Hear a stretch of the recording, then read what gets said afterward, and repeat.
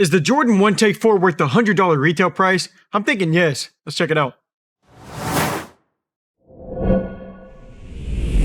Welcome back to our channel. Today I'm going to be breaking down the performance aspects for the Jordan 1 Take 4. We'll be looking at things like the cushion, traction, support, and more. But before I get into that, we'll just knock out some of the basic info first. So these are going to retail for $100. That's not bad for a budget-friendly model. And this is specifically Russell Westbrook's budget-friendly line with Jordan. And he also has his main line, like the Why Not shoe line with that brand. But this is just another shoe that I didn't even know was like out there circulating. I probably skipped over them like a time or two, but I mean, I didn't know that they were one of Russ's shoes because like KD has like the KD Tray 5, Kyrie has the Kyrie Fly Trap, LeBron Witness, Giannis Immortality. So like I was just used to like the budget-friendly lines kind of going by like having the player's name in the model name. So this is like the Jordan 1 Take 4.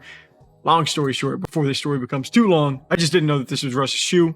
And, you know, now I do. So taking a look at these, this is a pretty like unique setup. And I'm not shocked by that because his Why Not shoes in his like main line, they're pretty out there too. But mainly I just like how these look from the side because you can see the orange traction pattern actually kind of run up and like bleed onto the midsole. And that gives you some extra grip and just like durability in that spot. And then like another spot that's kind of different on this model is going to be the toe box. And me and Chase actually talked about this a little bit in our first impressions, like whenever we were first like testing these out. But I mean, I guess it's like they really center that spot. And like normally you see that like toe drag section on the inner side of the shoe. That's just, it's a lot more common to show up there. And I did see some people say that that's because, you know, Rush just kind of toe drags in that specific spot a lot. I mean, like I noticed that too, but they just really went out of their way to center that thing. So it was just throwing me off a little bit in the beginning, but it's going to be pretty simple on the backside. You're just going to get that Jumpman logo on the heel. And then you're also going to see some Jumpman text kind of built into the midsole. So, I mean, just kind of like a unique model, but I mean, that's not really what we came here to talk about. So now let's see how they hold up on the court.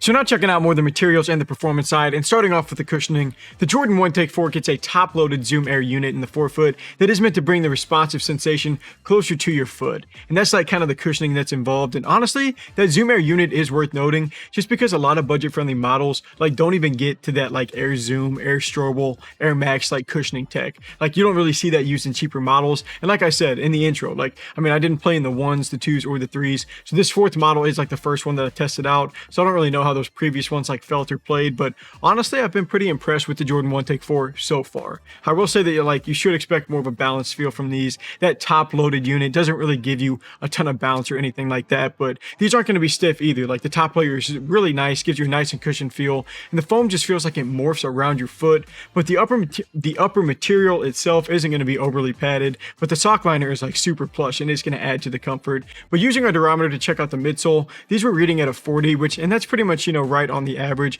But I mean, the cushioning overall does feel nice. I mean, especially for the price.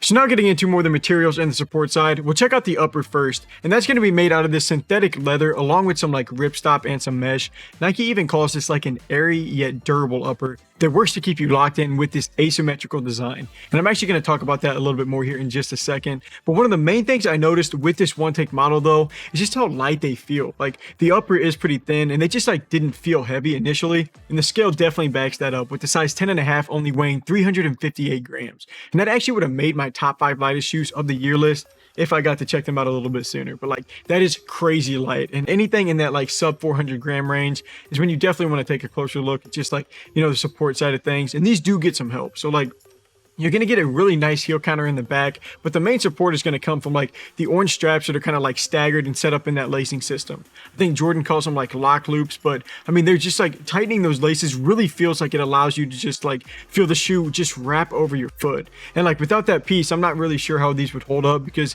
even like doing some harder cuts and like movements and stuff like that on the court, the upper does have some give, but the strap kind of fights back against that to kind of help you out. So I mean, it's a crazy light shoe to move around in. It's a little bit thin, but some nice support features to kind of help. I mean, definitely not bad for this category. So finishing off with the traction, the Jordan 1 Take 4 gets a herringbone outsole pattern that is meant to provide ample traction. And unlike Russ's main shoe line, these actually have a nice organized pattern. Like the Why Not 04s and the 5s had this like rice grain looking pattern that I did not think was all that. And I haven't really been loving the traction patterns, or like just how the traction's been playing on his signature line. And it is kind of rare for a budget friendly shoe to outplay like a main line, but I mean, I can't lie. These have much better grip than the Why Not shoes from what I've felt so far. Like, traction's honestly my favorite part about this One Take 4 model. Like, these are super sticky, and doing our squeak test, they actually don't make that much noise, but it is still there. And I just haven't had any issues with like slipping in them so far. The traction's been super consistent, and they do collect some dust, but honestly, that just kind of comes along with like the territory of like stickier models sometimes, but thicker grooves. So this is going to be like a pattern that should lead to some good durability for indoor, but also like for outdoor courts. And the impact protection is also well above average too, so you should be covered on an outdoor court there. But overall, I mean, these are super nice, and I haven't like really been rocking with Russ's main line. I mean, like especially for like performance, and there's always like at least one or two things I feel like that you can poke holes in from his signature line, but most notably the traction. But that's like one of the highlights of this One Take 4 model. I mean, the cushion is also going to be above average too, especially whenever you factor in the price. And to some people, I mean, the fact that these are super light could be just an added benefit. But I mean, overall, is the Jordan One Take 4 worth the $100 retail price? Hands down. Thank you guys for taking some time to watch. Feel free to throw us a follow or a sub if you like this video. And if you're interested in buying the Jordan One Take 4 and you want to support our channel, just click the link here on screen, or we have links down below or in our bio. So feel free to check that out. But until next review, I'm Landon from Shoewear. Peace.